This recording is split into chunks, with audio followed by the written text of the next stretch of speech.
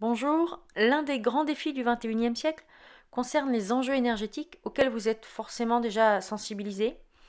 La problématique repose tout d'abord sur la raréfaction des énergies fossiles. La fin du pétrole est annoncée pour 2050, la fin du méthane et de l'uranium pour 2060. Et en parallèle, l'augmentation de la population mondiale se fait de manière exponentielle. Les constats sont alarmants. En termes de réchauffement climatique, vous avez déjà tous vu cette courbe qui nous présente l'augmentation de la température moyenne à la surface de la Terre.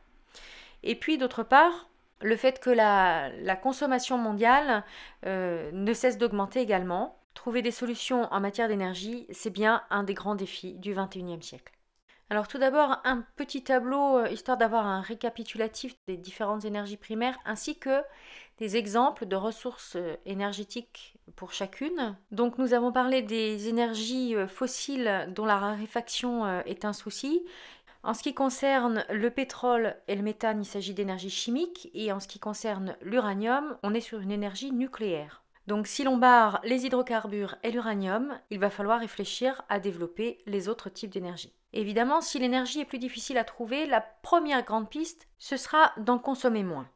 Et puis ensuite, on réfléchira à comment produire différemment. Pour moins consommer, je vous propose quelques éléments de réflexion. L'un des premiers domaines consommateurs d'énergie, c'est le bâtiment. Donc je vous propose d'aller voir l'activité 1, page 416 de votre livre, ainsi que le sujet du TP23 que vous trouverez sur le site internet du lycée. Un autre domaine très énergivore, le transport.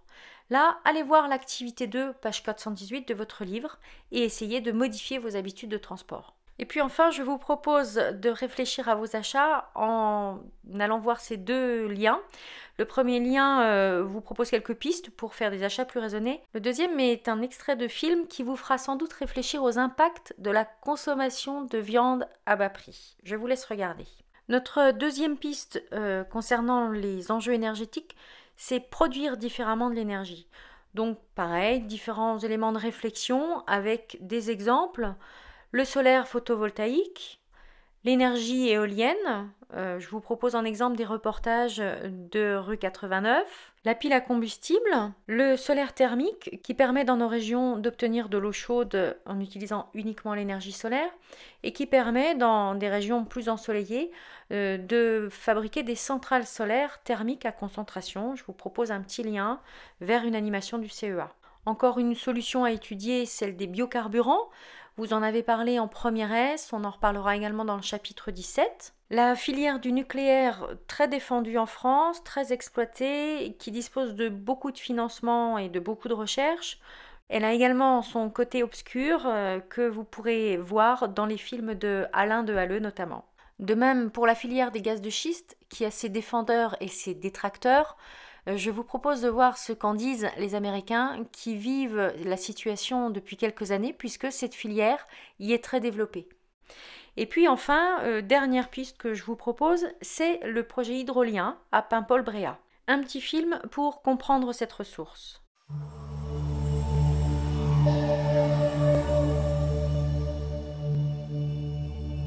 EDF a lancé en 2003 le projet Hydrolienne en mer, afin d'étudier la faisabilité industrielle de l'énergie hydrolienne.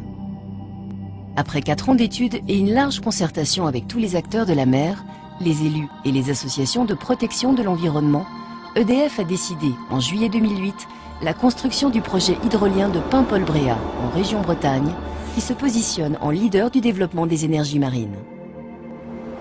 Le site est situé à l'extrémité sud-ouest d'une zone de cantonnement à crustacés, par 35 mètres de fond, à 8 km de l'île de Bréhat et 15 km du continent. Les vitesses des courants de marée sur ce site peuvent atteindre 3 mètres par seconde. Les fonds marins du site d'implantation des hydroliennes sont constitués de granit, les reconnaissances géophysiques ayant confirmé l'absence de sédiments. Le projet de Paimpol-Bréhat prévoit l'installation de machines de la société irlandaise Open Hydro. Les turbines, caractérisées par un trou central permettant le passage de la faune marine, sont fixées sur des tripodes métalliques reposant sur le fond de la mer. L'impact environnemental du projet est ainsi très limité. Les turbines ont un diamètre extérieur de 16 mètres, soit 2 fois le diamètre de l'A380. En situation de plus basse mer, les machines sont à 10 mètres sous la surface de l'eau, ce qui n'impose aucune contrainte de navigation. Le parc, constitué de 4 machines de 0,5 MW, occupe une surface d'environ 3 hectares, ce qui reste très marginal et n'induit qu'un impact très limité sur les usagers de la mer. L'énergie hydrolienne est totalement prévisible et ne dépend que des cycles lunaires. L'énergie mécanique, produite par l'action des courants de marée, est transformée en énergie électrique. À chaque cycle de marée, le courant s'inverse et la turbine fonctionne donc de manière réversible.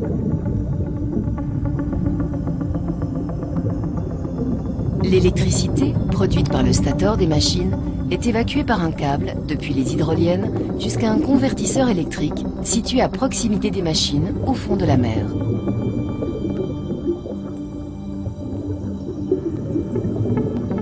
L'énergie est ensuite acheminée jusqu'à la côte par un câble en courant continu, qui permet ainsi de ne générer qu'un champ électromagnétique statique de très faible intensité, de l'ordre de celui du champ magnétique terrestre. Entre le parc et la baie de Launay, le câble est posé sur le fond rocheux. Dans la baie de Launay, le câble est ensouillé dans le sable à plus de 80 cm de profondeur. Après l'estran, le câble est enterré jusqu'au poste électrique.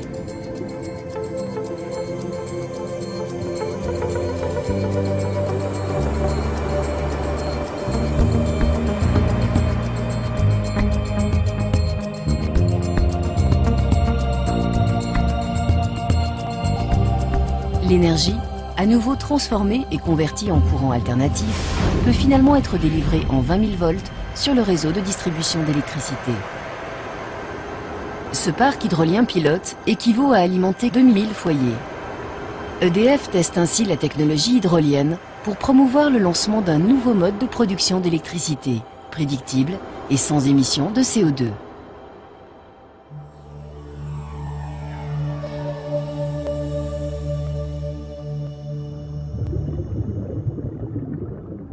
Voilà, pour info, la première turbine hydrolienne a été immergée en janvier 2016.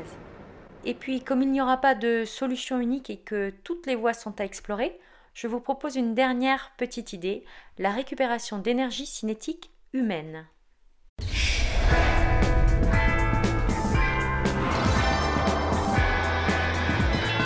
Michel Smith, inventeur du dance floor énergétique, Rotterdam, Hollande. Notre mission est de toucher les jeunes et d'essayer de les sensibiliser à l'environnement. Pour y arriver, il faut leur montrer quelque chose de cool et d'unique. Pour cet ancien roi de la nuit, rien de mieux que d'offrir aux clubbers la possibilité de produire eux-mêmes la lumière du dance floor. Quand on a eu l'idée du dance floor écologique, j'ai cru qu'on pouvait l'acheter quelque part. Mais en fait, pas du tout. Il a fallu tout inventer et faire par nous-mêmes. La pression répétée des pieds sur les dalles crée un mouvement vertical de quelques millimètres qui active un générateur d'électricité. C'est le principe même de la dynamo. Si vous avez 100 personnes qui dansent, alors vous avez 3000 watts. Et avec 3000 watts, on peut faire beaucoup de choses. Certains clients souhaitent utiliser cette énergie pour éclairer le plafond, d'autres vont vouloir que les portes s'ouvrent automatiquement. En fait, dès que vous avez de l'énergie, vous êtes libre de faire ce que vous voulez avec. Depuis sa création, ce dance floor écolo voyage dans le monde entier pour promouvoir de nouveaux gisements d'énergie.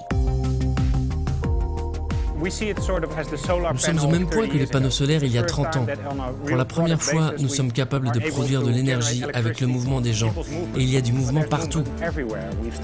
On a commencé dans les nightclubs parce que c'est notre milieu d'origine, mais on n'arrête pas de se développer dans d'autres domaines, comme vous le voyez ici avec ce tapis rouge interactif. Actuellement, on travaille pour appliquer ce système dans des zones piétonnes, dans les aéroports.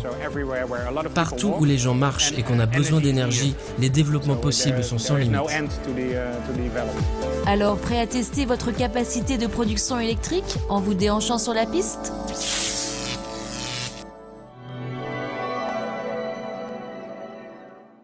Évidemment, ce dispositif paraît anecdotique, mais d'autres y ont réfléchi aussi pour de l'éclairage public.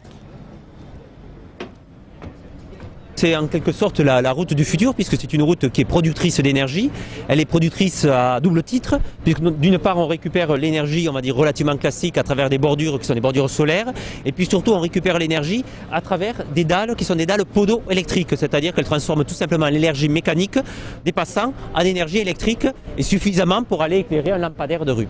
On est sur un prototype, on a déjà un prototype nous qui est installé à la ville de Toulouse dans un espace très fréquenté, et puis aujourd'hui on a le plaisir de présenter un démonstrateur à Bruxelles. En termes de stockage, comment ça fonctionne? Alors il y a des stockages, il y a des batteries dans chaque dalle, et puis il y a des batteries également bien évidemment pour les cellules photovoltaïques. C'est un stockage relativement bref, puisque c'est l'énergie de la journée qui est stockée et qui est restituée la nuit. Il y a encore des améliorations à faire, on le sait, à la fois sur les dalles et sur les bordures, mais il est fort probable qu'un jour ce type de nouveau système d'énergie, d'ailleurs qu'on appelle les énergies de récupération, puisque ce sont des énergies dont on dispose dans la ville et que l'on peut recycler, c'est de l'activité urbaine qu'on recycle. Donc rien ne se perd mais tout se crée. Voilà, exactement, selon la célèbre formule. Voilà, j'espère vous avoir donné suffisamment d'éléments pour nourrir votre réflexion. À bientôt!